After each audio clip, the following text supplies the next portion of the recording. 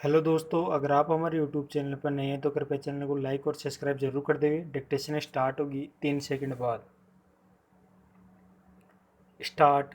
महोदय, यह भी विचार किया गया है कि जो व्यक्ति समाज में काम करता है, चाहे आविष्कार का काम करे चाहे दूसरा कोई काम करे, उसको उस काम में तब तक सफलता नहीं मिल सकती है जब तक कि समाज का सहयोग या समाज ने जो परिश्रम किया है या कुछ आविष्कार किया है, उसका उपयोग उसको प्राप्त न हो, उसका उपयोग वह न कर सके।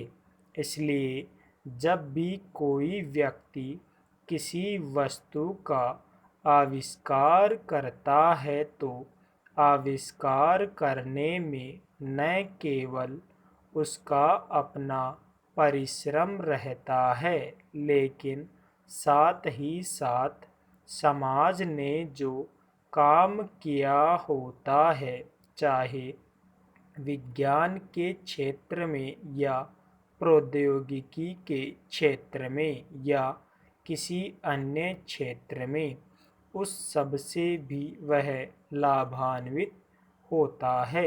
इसलिए जब हम किसी आविष्कारक के किसी आविष्कार के अधिकार की रक्षा करना चाहते हैं, तो उसके साथ साथ यह भी विचार हमारे दिमाग में आता है कि जिस व्यक्ति ने समाज की सहायता से आविष्कार किया है, उस व्यक्ति को भी उसका फल अधिक से अधिक मिलना चाहिए।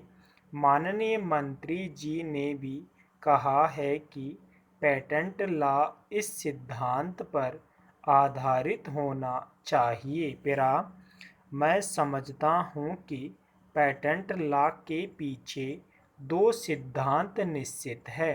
पहला सिद्धांत तो यह है कि जो परिश्रम करके धन लगाकर अपना दिमाग लगा कर के किसी वस्तु का आविष्कार करता है, उसके तथा अपने परिवार के लोगों के अधिकारों की जहाँ रक्षा होनी चाहिए, उसके साथ ही साथ जैसा मैंने अभी कहा है, कोई व्यक्ति समाज में व्यर्थ में काम नहीं करता है, वरन पिछले समाज के लोगों ने जो जो काम किए होते हैं, चाहे विज्ञान के क्षेत्र में या प्रौद्योगिकी के क्षेत्र में या किसी अन्य क्षेत्र में, और जिनके आधार पर वह कोई